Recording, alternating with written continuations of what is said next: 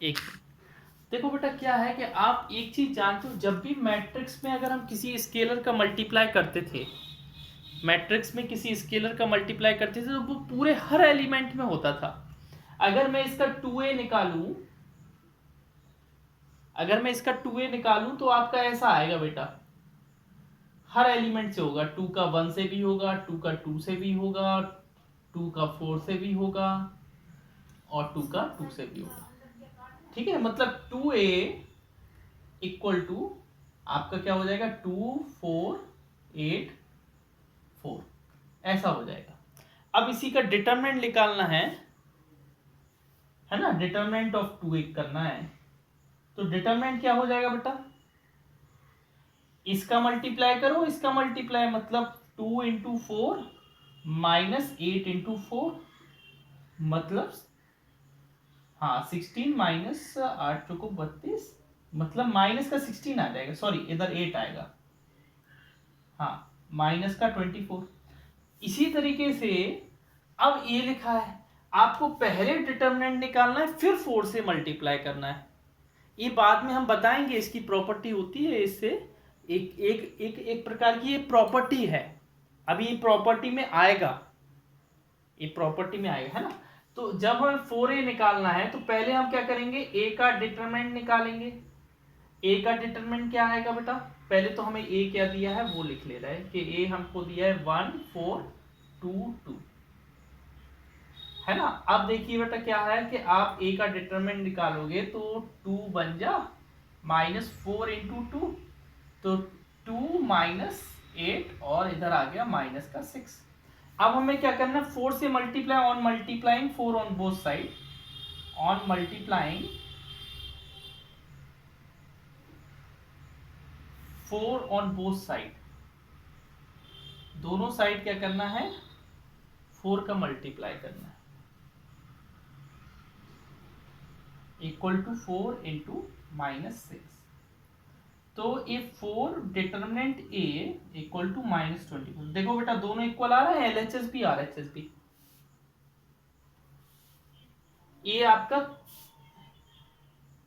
बेटा एक साइड होता है किसी मैथ में, जो भी रूल होगा दोनों साइड होगा, अगर दोनों साइड नहीं करेंगे तो ये 4a कैसे बनेगा, हमें इसको तो 4a बनाना है ना, देखो a नहीं बनाना है। आ गया, चलिए ठीक है। आगे हमको जो प्रॉपर्टीज कर रहे थे वो प्रॉपर्टीज देखिए। थर्ड, अभी दो प्रॉपर्टीज हो गई, अब तीसरी नंबर इधर नीचे लिखना पड़ेगा कि LHS equal to RHS, hence showed या प्रूव्ड, है ना।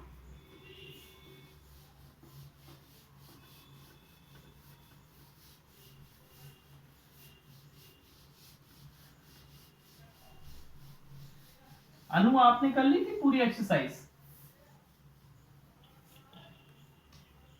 चलिए ठीक। आयुषी देखना आगे बेटा, प्रॉपर्टी नंबर 3। बेटा प्रॉपर्टी नंबर 3 आपको क्या बोलती है पता है, एक मिनट में, हाँ, अगर आपकी दो रोज आइडेंटिकल हो जाएं, सेम हो जाएं, या दो कॉलम सेम हो जाएं, तो डिटरमिनेंट की वैल्यू हमेशा क्या आती है, 0 आती है। देखो जैसे मैं बोलूं कि व्हेन टू रोज और कॉलम, देखो ये लैंग्वेज का तो कोई मतलब ही नहीं है, अगर एक बार आपको समझ में आ गया तो लैंग्वेज तो कुछ नहीं है, लेकिन फिर भी लिखवा दे रहे हैं ना। व्हेन टू रोज और columns are identical,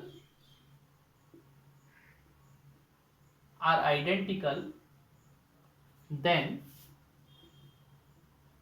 determinant will be 0, determinant will be 0, क्या हो जाएगा, 0। कैसे, जैसे मैंने लिखा a इक्वल टू 1 2 3 1 2 3 4 5 6, तो इसका डिटरमिनेंट तुम निकाल के देखो बेटा, निकाल के दिखाओ कितना आ रहा है, इसका डिटरमिनेंट निकालो क्या आ रहा है। हेलो हेलो बेटा, डिटरमिनेंट निकालो इसका कितना आ रहा है, हाँ, और इसका भी निकालना है ना।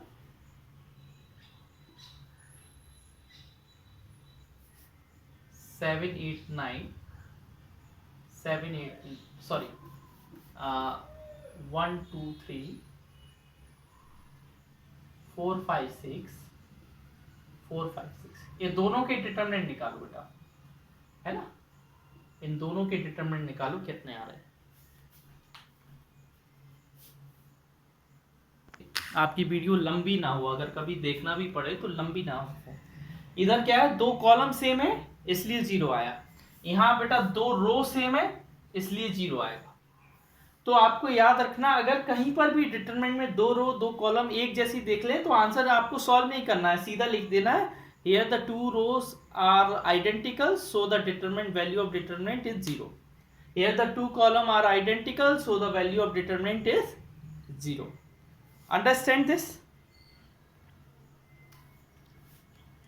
अच्छा बेटा, एक प्रॉपर्टी और प्रॉपर्टी 3 की ही मान लीजिए, प्रॉपर्टी 3 की ही ये मान लीजिए कि अगर किसी डिटरमिनेंट में एक रो कंप्लीटली या एक कॉलम कंप्लीटली 0 हो तो उसकी डिटरमिनेंट वैल्यू 0 आती है। If any matrix has one row or one column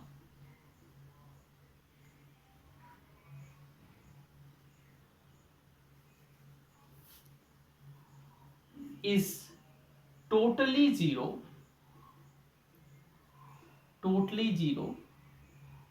then value of determinant is 0, then value of determinant is 0। Determinant की वैल्यू क्या आएगी, 0 आएगी। ठीक है, ये बस दिमाग में रखना है, आके कुछ करना नहीं है इसका। 1 2 3 सॉरी इसको हम ऊपर वाले को 0 0 0 ले लेते हैं। 1 2 3 4 5 6 तो इसकी वैल्यू बेटा क्या आएगी, 0 आएगी। तुम सॉल्व करके भी देख लेना तो भी 0 आएगी। आया बात समझ में इसका। हेलो, हाँ देखिए आगे देखिए,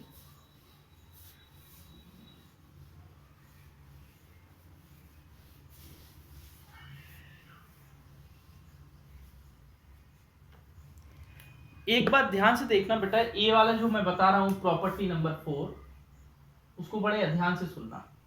हम पहले इसका आपको बता रहे हैं कि क्या करना है। अगर कोई डिटरमिनेंट है, अगर कोई डिटरमिनेंट क्या है, मान लो ऐसा है 1 2 3 4 5 6 7 8 9, ध्यान से देखना बेटा। और अगर मैं इसकी हर नंबर पे किसी एक रो में किसी स्केलर का मल्टीप्लाई करता हूं, किसी एक रो में मैं स्केलर का मल्टीप्लाई करता हूं, मतलब मान लो मैं ऐसा कर रहा हूं कि इसको मैं ऐसे लिख दे रहा हूं, इसको मैं ऐसे लिख दे रहा हूं, जैसे मान लो मैं 3 का मल्टीप्लाई कर रहा हूं, 3 इंटू 1 3 इंटू 2 3 इंटू 3, इधर 4 5 6, इधर कुछ नहीं है 7 8 9। समझ गए, इतना समझ में आया कि नहीं? अभी समझना बेटा, बता रहा हूं मैं।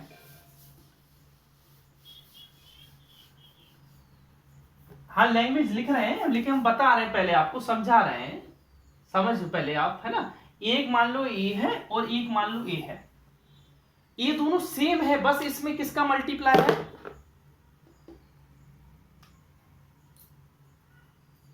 हाँ इस बेटा इसकी जो वैल्यू आएगी वो क्या आएगी, मान लो डिटरमिनेंट ए आएगी कि नहीं आएगी, इसकी जो वैल्यू आएगी वो क्या आएगी, डिटरमिनेंट बी आएगी। लेकिन ए किसके इक्वल होगी, 3 इंटू डिटरमिनेंट ए, क्योंकि डिटरमिनेंट ए में अगर 3 का मल्टीप्लाई कर दूंगी, अभी जो तो हमने किया ना ये अभी श्रुति ने क्वेश्चन पूछा था ना, श्रुति ने ऐसे ही था, उसमें भी सेम था। उसमें क्या था, पता देखो b क्या है, एक प्रकार से जो b है वो क्या है, 3 का मल्टीप्लाई करके ही तो है। जो b है वो हर एलिमेंट में है ना, किसी एक में 3 का मल्टीप्लाई करके ही तो है। मतलब नहीं ऐसा नहीं बोल सकते इसको, है ना, इसको एक रो में कर रहे हैं अपन, तो इस तरीके से बोल सकते हैं कि इसकी डिटरमिनेंट की जो वैल्यू आएगी और इसकी डिटरमिनेंट की वो जो वैल्यू आएगी, ये 3 टाइम्स होगा। किसके डिटरमिनेंट की वैल्यू से, इसकी डिटरमिनेंट की वैल्यू से। आप समझो, मैं अगर मान लो इसकी वैल्यू 10 आ रही है तो डिटरमिनेंट बी की वैल्यू कितनी आएगी, 30।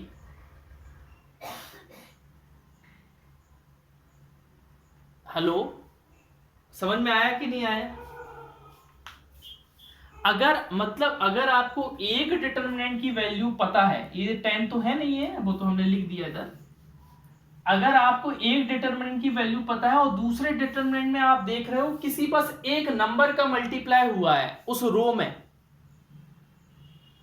में एक नंबर का मल्टीप्लाई हुआ है, तो आप सिंपल सा क्या कर दोगे, उस वाले पहले वाले डिटरमिनेंट में उसका अगर मान लो इधर 4 का भी मल्टीप्लाई हुआ होता, अब क्या आंसर आता, इधर 4 भी लगा देते, फिर आप मल्टीप्लाई 12 का कर देते। पहले आप मतलब दिमाग में सोचो कि मैं बोल क्या रहा हूं, वो समझ में आ जाए, फिर तो मैं लिखवा रहा हूं आपको लैंग्वेज। हाँ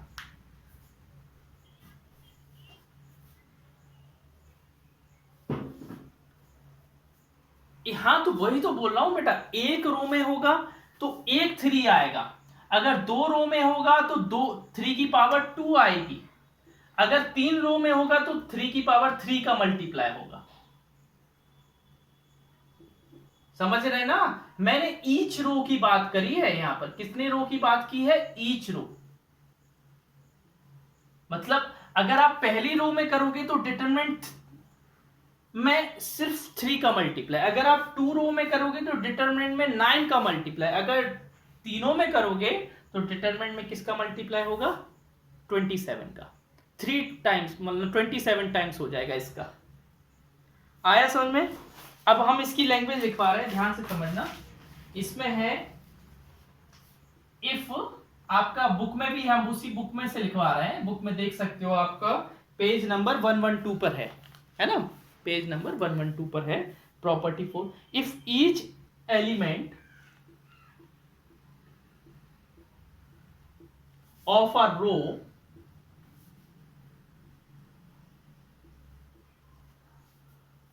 या कॉलम, देखो जो चीज रो के लिए चलता है वो कॉलम के लिए चलता है, सिंपल सी बात है। Of a determinant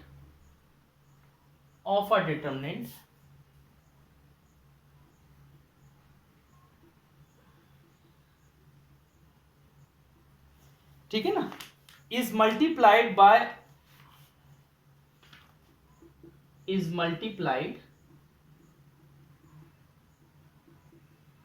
bye a constant.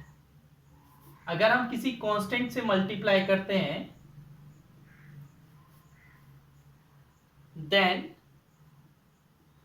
It's determinant value, इधर लिख दे रहा हूं, है ना, then it's determinant value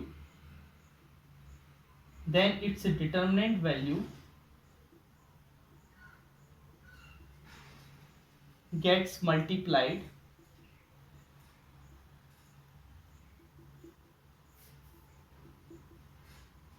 by that constant। फिर से समझो संध्या, अभी आपको समझ में नहीं आया है, पता है, समझो ध्यान से देखना बेटा। ये हमारा डिटरमिनेंट है, ए डिटरमिनेंट है बेटा, ए वाला डिटरमिनेंट और ए वाला डिटरमिनेंट सेम है, बस लेकिन इसकी एक रो में मैंने कांस्टेंट नंबर 3 का मल्टीप्लाई कर दिया। किसका मल्टीप्लाई कर दिया, 3 का। तो ए से डिटरमिनेंट की जो वैल्यू आएगी और इसकी जो वैल्यू आएगी, इसकी जो वैल्यू आएगी वो 3 टाइम्स होगी किसकी, इससे। अगर इसकी मान लो 20 आई तो इसकी कितनी आएगी, 60 आएगी। समझ गए बात को? हेलो। अब आपको एक और तरीका, रुको अभी हम और अच्छे से समझा देंगे। देखना बेटा, प्रॉपर्टी नंबर 5, प्रॉपर्टी 5 में कुछ नहीं, पहले मैं एग्जांपल दे रहा हूं फिर आपको करना। मान लो एक है, एक आपको डिटरमिनेंट दिया है, इस तरीके से दिया है, ध्यान से देखना बेटा। ये आपने ऐसा दिया है 2 + 3 4 + 5 7 + 8 और इधर दे दिया 7 9 6, मैं कुछ भी लिख रहा हूं 8 5 1। तो इधर बेटा दो दो ऐड है ना, तो हम इनको अलग करके दो डिटरमिनेंट पे लिख सकते हैं, अलग करके दो डिटरमिनेंट में कर सकते हैं और बीच में ऐड का साइन लगा देंगे। देखो, और जिनको हम अलग करेंगे तो इन दो रो में कोई फर्क नहीं पड़ेगा, ये दो रो सेम रहेंगी। इधर भी 7 7 9 6 8 5 1, ये दो रो सेम रहेंगी। हम पहला एलिमेंट पहले में लिख देंगे और दूसरे एलिमेंट इसमें लिख देंगे। जैसे इधर देखो, ध्यान से देखना, पहले एलिमेंट मैंने कैसे लिख दिया 2 4 7 और इधर लिख दिया मैंने 3 5 और 8। आई बात समझ में कि नहीं आई? तो ये हमने, अगर कोई एक डिटरमिनेंट है और वो लगता है कि दो एलिमेंट से ऐड होकर बना है, तो हम उन दोनों एलिमेंट को अलग अलग करके दो डिटरमिनेंट में लिख सकते हैं और उनको हम ऐसा बोल सकते हैं del 1 और del 2, पहला डिटरमिनेंट और पहला दूसरा डिटरमिनेंट। बात आई समझ में कि नहीं आई बेटा?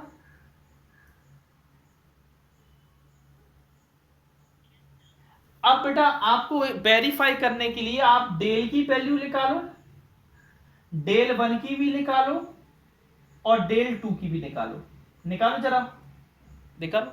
हम देखो बुक में कैसे दिए हैं, A1 A2 A3 से किए, हमने आपको नंबर क्यों ले रहे हैं, जिससे हम आप वेरीफाई इजीली कर पाए। ठीक है ना? करिए बेटा करिए। ठीक है, देखिए अभी हमने बेटा मैट्रिक्स में हमने पढ़ा था, हम रो ऑपरेशन और कॉलम ऑपरेशन लगाते थे मैट्रिक्स में, लगाते थे कि नहीं? लेकिन हम डिटरमिनेंट में रो और कॉलम दोनों साथ में लगा सकते हैं, रो और कॉलम दोनों साथ में लगा सकते हैं। और ए वाली लगाते हैं सिर्फ प्रॉपर्टी, ए वाली क्या लगाते हैं, आर आई को आर आई प्लस माइनस के आर जे, और सी आई प्लस माइनस के सी जे, ये दोनों हम साथ में लगा सकते हैं। हम रो की भी और कॉलम की साथ में लगा सकते हैं, मतलब एक ही मतलब एक ही डिटरमिनेंट में रो की भी प्रॉपर्टी भी लगा सकते। जब हम मैट्रिक्स करते थे तो हमें फिक्स था, अगर आप रो लगा रहे हो तो रो से ही करना है, कॉलम लगा रहे हो तो कॉलम से ही करना है। But here there is not any compulsion कि आपको सिर्फ रो से ही करना है या कॉलम से करना है। You can use both the operation. Understand? ये तो पता है ना कैसे लगाते हैं ऑपरेशन, आपने मैट्रिक्स में बहुत लगाए हैं ऑपरेशन, ठीक है ना?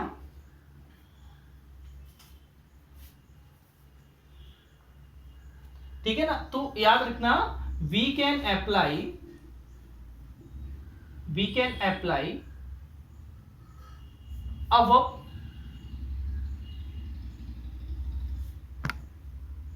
Operation in the determinant in the determinant simultaneously.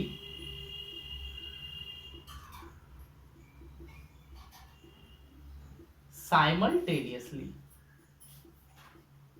दोनों हम साथ में लगा सकते हैं, है ना। अब आपको एक बात पता होना चाहिए, दोनों रो मतलब हम रो वन को, एक बात याद रखना बेटा, अगर हमने इधर R1 लिखा तो इधर R1 ही आएगा, इसके अलावा कुछ नहीं आ सकता है। If we write here R1, we write only R1, we can't write anything else, ठीक है ना। हम इस फिर इधर हम कुछ भी लिख सकते हैं, 2R2 भी लिख सकते हैं, अकेले R2 भी लिख सकते हैं,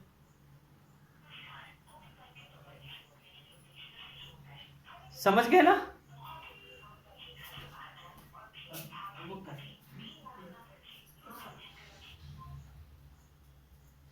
ठीक है ना। इधर क्या हो सकता है बेटा, एक चीज और, इधर क्या है, हम 3 रो साथ में ले सकते हैं, तीनों रो साथ में, मतलब R1 को हम R1 plus R2 plus R3 भी लिख सकते हैं। We can do this also. C1 को हम लोग C1 plus C2 plus C3 भी लिख सकते हैं। Understand this. बस लेकिन एक बात याद रखना, इधर R1 है तो इधर भी R1 होगा, इधर C1 है तो इधर भी C1 होगा। इधर आप किसी का भी मल्टीप्लाई कर दो, K का भी कर दो, J का भी कर दो, है ना, मतलब जो भी करना हो कर सकते हो, लेकिन इधर किसी चीज का मल्टीप्लाई नहीं होगा।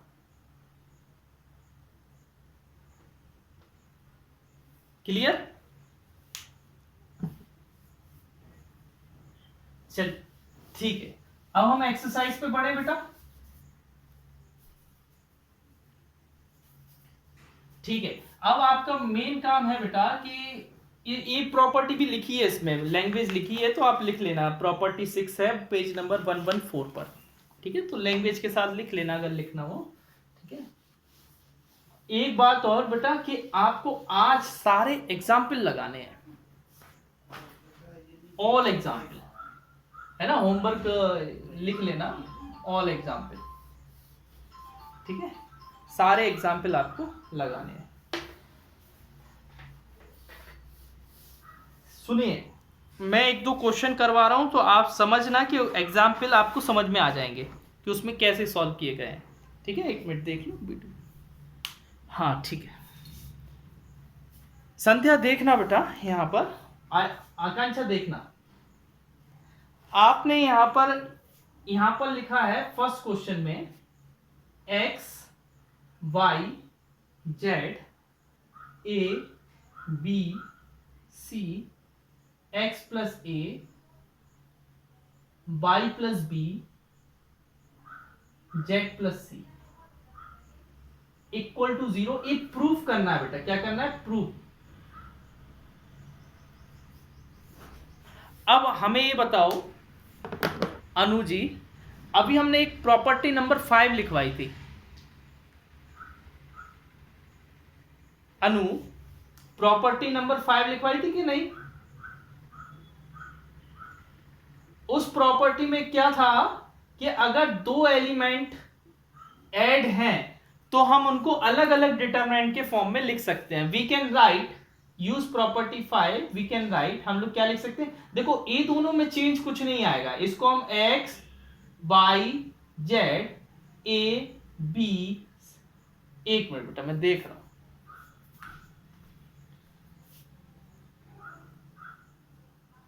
हाँ देखना बेटा, मैंने कहा था कि इन दोनों में कुछ चेंज नहीं आएगा, x y z a b c, ठीक है ना।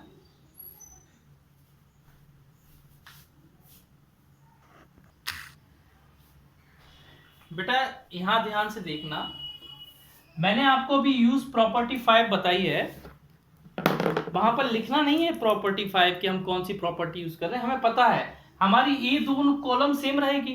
अब जो ए है 2 नंबर को ऐड करके है तो एक नंबर यहां लिख देंगे, एक नंबर यहां लिख देंगे, तो यहां क्या आ जाएगा एक्स वाई जेड, और यहां क्या आ जाएगा ए बी सी। बोलो आया इतना समझ में कि नहीं?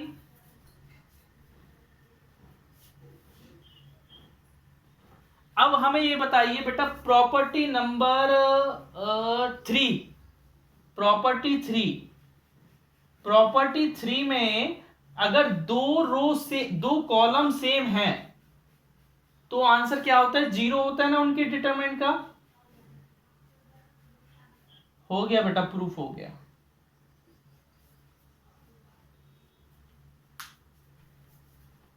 इधर लिख देना बेटा, 2 रोज आर आइडेंटिकल, यहां लिख दो 2 कॉलम, सॉरी कॉलम है, 2 कॉलम्स आर आइडेंटिकल। बोलो आया समझ में कि नहीं आया? चलिए इसी का सेकंड वाला देखिए। हाँ हाँ बोलो।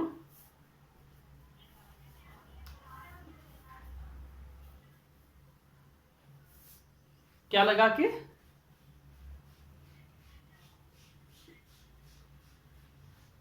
हाँ तो प्रॉपर्टी 5 से पहले मैंने अलग अलग किया, फिर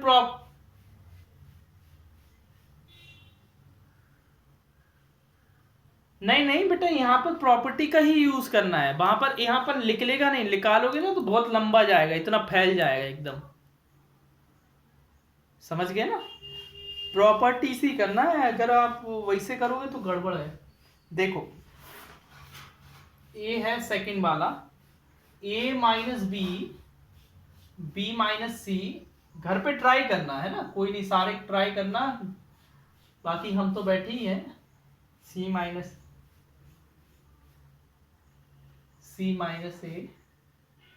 ए माइनस बी, और इन्हीं से आते हैं क्वेश्चन, है ना, ज्यादातर सीबीएसई में तो इन्हीं से आते हैं, आपके में थोड़ा सिंपल आ जाता है। देखो अब मैं एक काम कर रहा हूं बेटा, मैं R1 को R1 plus R2 plus R3 लगा रहा हूं, लगा सकता हूं कि नहीं?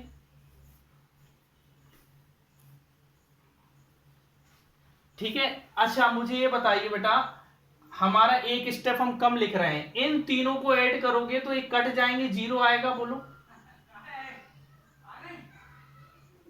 नहीं, तुमको बता दें क्या? चलो रुको मैं बता दे रहा हूं। देखो a minus b plus b minus c plus c minus a, इसी तरीके से बेटा इसका लिख लेना, इसका लिख लेना, ये दोनों तो सेम ही रहेंगे, बी माइनस सी माइनस ए, सी माइनस ए,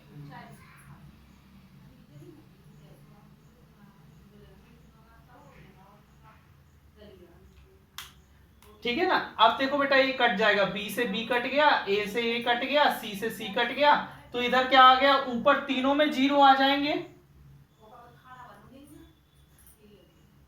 ऊपर तीनों में 0 आ जाएंगे।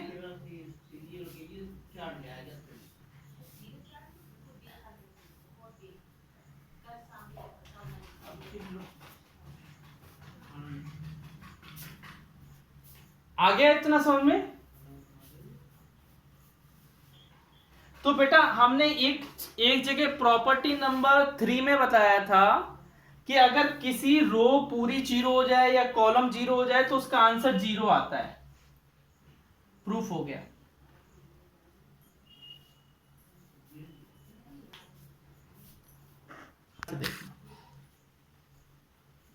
इसमें देखो ऐसा है, क्वेश्चन में दिमाग चल गया तो ठीक है, अब हम तो जैसे कई सालों से कर रहे हैं तो हमको तो पता है, लेकिन तुम और प्रैक्टिस करोगे तो तुम्हारा भी ऐसा होता जाएगा, है ना। थर्ड वाला देखो, 2 3 5 7 8 9 65 75 86 इक्वल टू 0। ठीक है, यही है ना बेटा?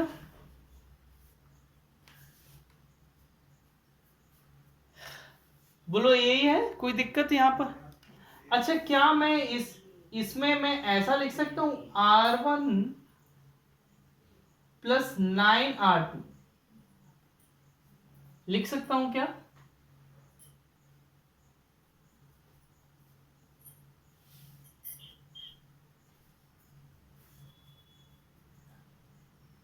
ठीक है, अब देखो मैंने लिखा इसको,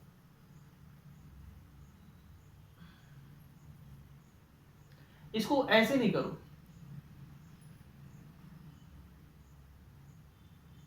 हाँ ठीक है कोई दिक्कत नहीं। देखो यहां पर देखो क्या हो जाएगा, R1 में आपको 2 प्लस 9 × 7, 3 प्लस 9 × 8 और 5 प्लस 9 × 9, और ये वाला तो सेम ही रहेगा 7 8 9, और 65 75 और 86। हाँ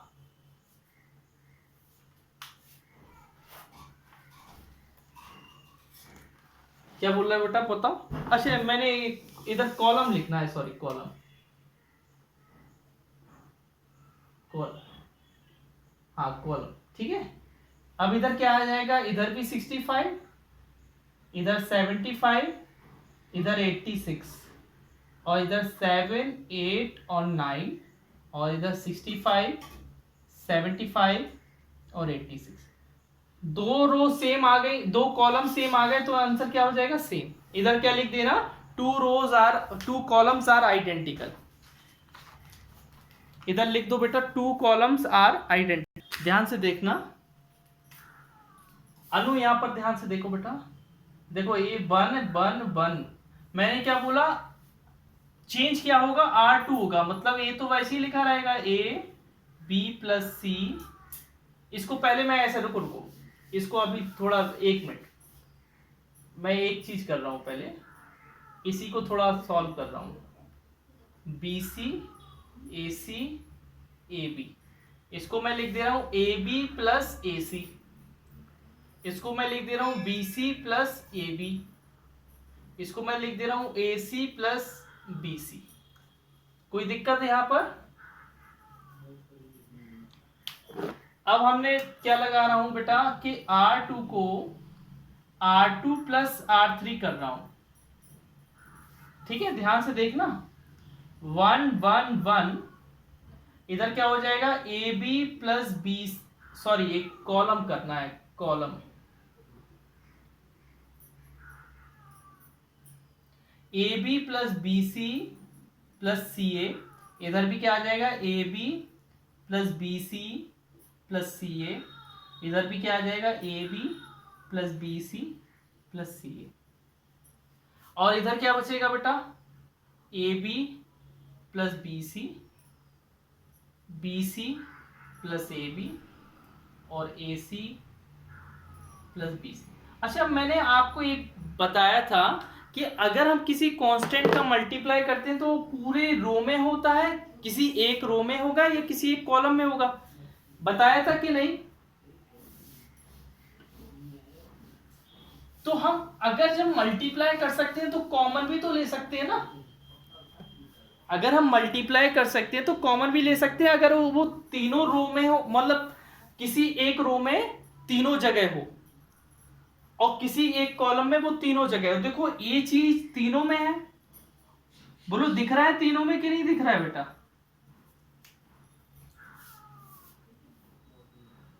AB+BC+CA मैंने कॉमन ले लिया, अंदर क्या बचेगा, 1 1 1, इधर भी क्या बचेगा, 1 1 1, और इधर क्या है, AB+BC BC+AC होगा,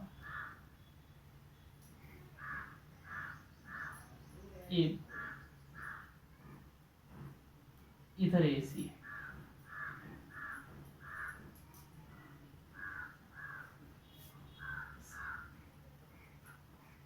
AC BC+AB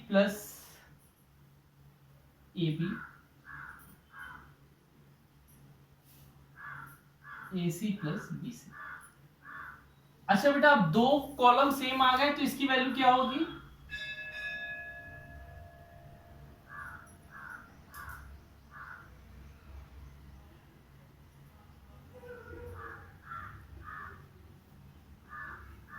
बताइए।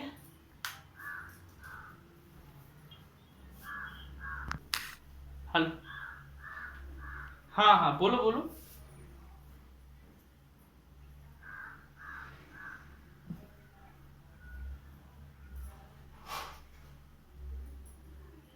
नहीं नहीं, मैंने ये बोला होगा बेटा कि एक ही रो में सभी एलिमेंट में होगा, एक ही रो के सभी एलिमेंट में, या एक ही कॉलम के सभी एलिमेंट में।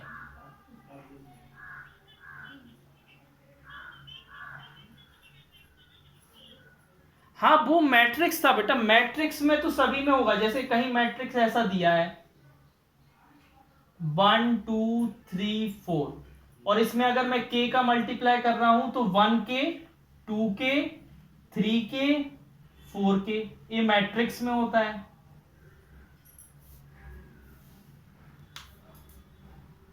हेलो, आया बात समझ में? हाँ, याद रखना बेटा, मैट्रिक्स और डिटरमिनेंट को मिक्स नहीं कर देना। मैट्रिक्स में अगर जब भी स्केलर का मल्टीप्लाई होता है तो वो हर एलिमेंट से होता है, और डिटरमिनेंट में जब भी मल्टीप्लाई होता है किसी स्केलर का तो वो किसी एक रो के सभी एलिमेंट्स में होगा या किसी एक कॉलम के सभी एलिमेंट में होगा। अब यहां पर हमें तीनों में दिख रहा था तो हमने तीनों से कॉमन ले लिया, लेकिन एक ही बार आएगा। अगर हम इसका फिर से मल्टीप्लाई करें तो इधर तीनों में आ जाएगा। बात आई समझ में?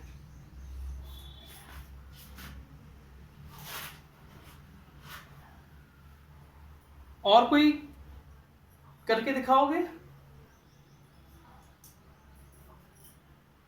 चलिए ये वाला करके दिखाओ। अच्छा, फिफ्थ वाला, इधर b plus C, C plus A plus B, Q plus R plus P plus Q, Y plus Z plus X plus Y, और इक्वल टू में प्रूफ करना 2 ए पी एक्स, इसको मैं रेस कर दूं, A P X B Q Y C R Z. चलिए बेटा करिए, इसको प्रूफ करिए।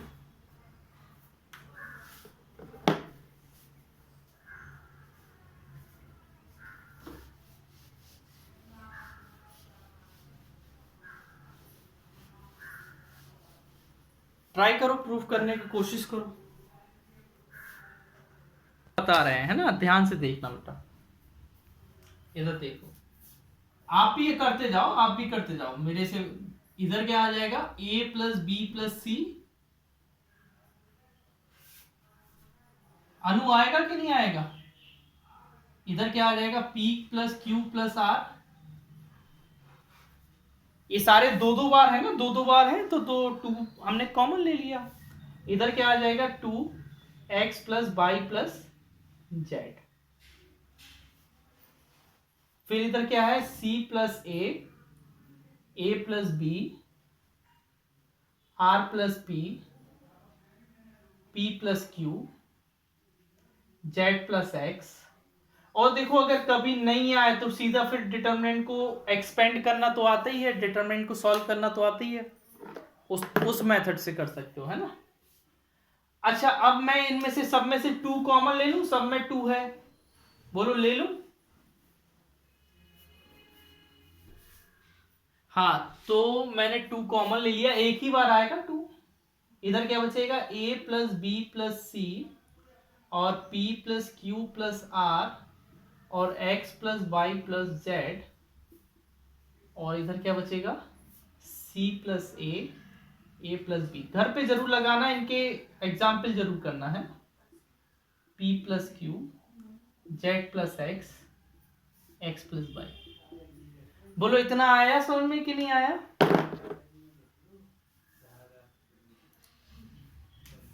अब आप क्या करो बेटा, इधर ए 2 लगाओ बेटा, R2 माइनस R1 करो, और एक और करो साथ में, तीसरी भी लगाओ, R3 माइनस R1 करो, ये दोनों करो। अच्छा लगाओ लगाओ जल्दी लगाओ, दोनों साथ में लगाना है ना, दोनों साथ में लगाना। इधर ये लिख देना बेटा टेकिंग LHS, हमने LHS को सॉल्व करना है, RHS को नहीं। We are solving the LHS not RHS। Okay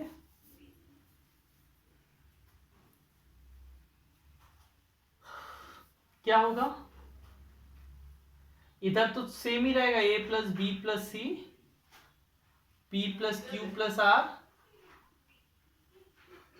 और X plus Y plus Z।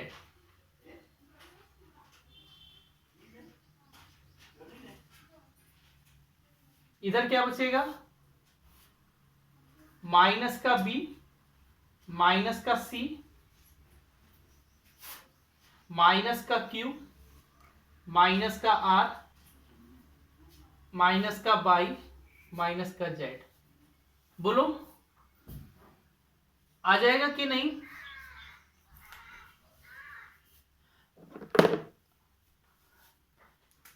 Ayushi कहीं प्रॉब्लम बेटा?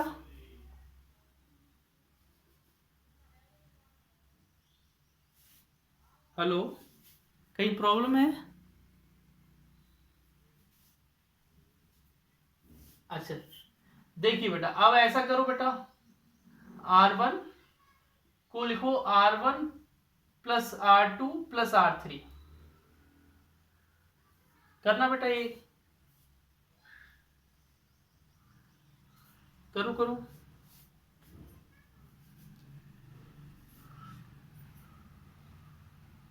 क्या बचेगा, इधर A बचेगा, इधर माइनस B माइनस C, इधर P बचेगा, इधर X बचेगा, minus Q minus R minus Y minus Z। बोलो सही किया बेटा? इस पूरे का माइनस बाहर ले लो, इस पूरे का माइनस बाहर ले लो, मतलब ये पूरा माइनस, एक माइनस और दूसरा माइनस, दो माइनस इकट्ठे बाहर आ जाएंगे, तो बेटा माइनस माइनस क्या हो जाएगा, प्लस हो जाएगा कि नहीं? इसका माइनस बाहर आएगा, इसका माइनस बाहर आएगा, माइनस इंटू माइनस क्या हो जाएगा? अरे सोच पा रहे हो अनु, सोच पा रहे हो कि नहीं? प्लस हो जाएगा।